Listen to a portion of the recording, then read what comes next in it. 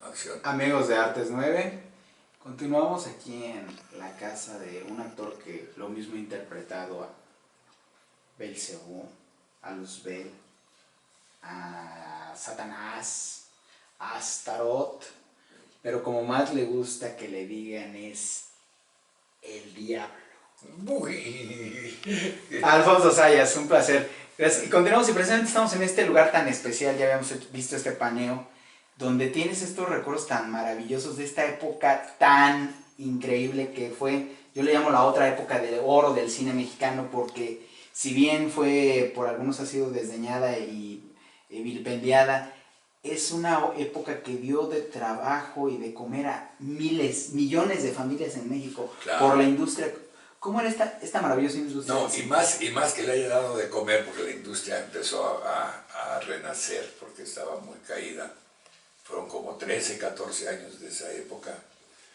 Lo más importante para mí era el público, porque el público empezó a divertirse de una forma más popular, vamos a llamarle, ¿no? Entonces el público, los técnicos, las palomitas se vendían más, los chicles, los garapiñados, y la gente se divertía. Pero costaba 12 pesos el cine, el más caro creo que era el Mariscala, cobraba 15 pesos. Y se llenaba el Mariscala, le cabían 1000 y pico de personas. Y el fenómeno que era verlos, ¿no? Recuerdo cómo se hacían esos tumultos, digo, lo recuerdo porque lo veía en los noticieros y lo leía en los periódicos yo de niño, esos tumultos en los que estrenabas una película en el Real Cinema y córrele porque la estrenaba al mismo tiempo en el Teatro Chino y de ahí al Metropolitan. ¿Cómo eran esos momentos? Pues es que mira, la productora que era Frontera Films se dedicaba a promover sus propios estrenos, ¿no? Entonces nos daban 14, 15 cines y de la ciudad eran 5 o 6, los más importantes, el Nacional, el Mariscala, el Palacio Chino, el Real Cinema, todos esos cines se llenaban. Entonces la promoción era ir a saludar a la gente a la sala, ¿no? Y a mí me llevaban a saludar a toda la gente. Y esos eran los tumultos que tú veías. Sí, ¿Tú te sí, yo enterabas? me enteraba a través de la prensa, porque yo estaba muy niño para esas películas. Y pues, no te dejaban verlas. No me dejaban verlas, pero afortunadamente se inventó el beta y el VHS al poco tiempo, Sí, y ya claro. tuve oportunidad de ver esas obras.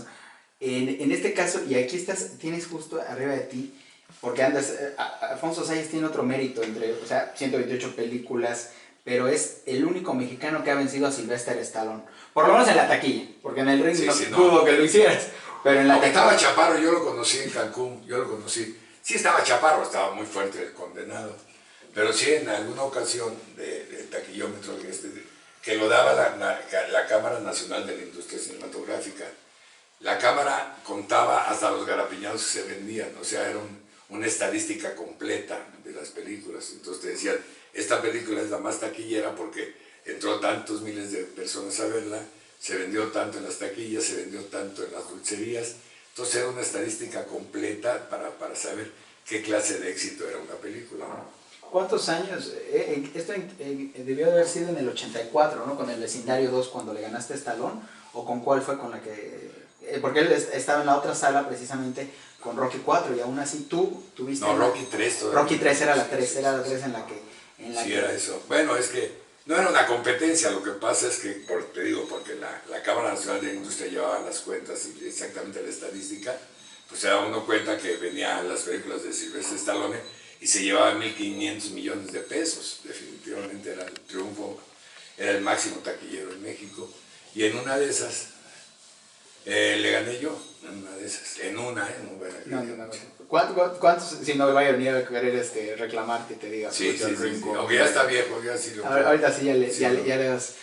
¿Cuántos años seguidos fueron esto del taquillómetro? Porque además lo ganaste, esa es una, pero también lo ganaste 3 años consecutivos, ¿o cuál? Bueno, consecutivos fueron casi 8. Casi 8, nada más que en una me ganó Rodolfo de Anda con Lo Negro del Negro Durazo. Y nada más quitaron ese año.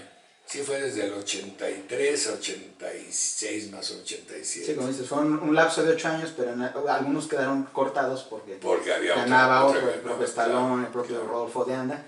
8 años ininterrumpidos de ser, bueno, 8 años no consecutivos, pero sí un lapso de 8 años en el que fuiste el actor más taquillero de México, porque esas películas y ya fue, como dices, le daban de comer a mucha gente. Vamos a seguir platicando. Hay una película que me interesa en particular.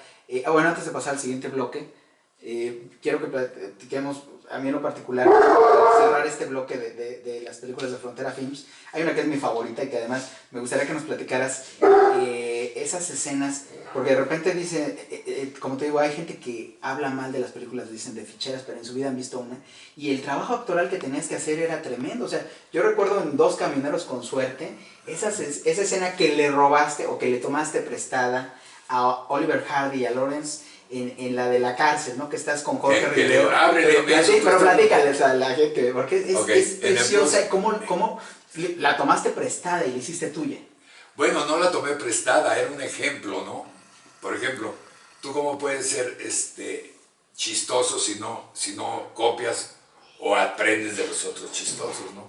Y ese era Charlie Chaplin, ese era el gordo y el flaco, eran muchas gentes. Y tienes razón, es muy semejante a las escenas que hacían ellos, ahorita se las contamos. Muy bien, pues vamos entonces a hacer un pequeño corte y nos vamos a ir para platicar en particular una película que es una de las que nos está moviendo en estos días mucho. Gracias.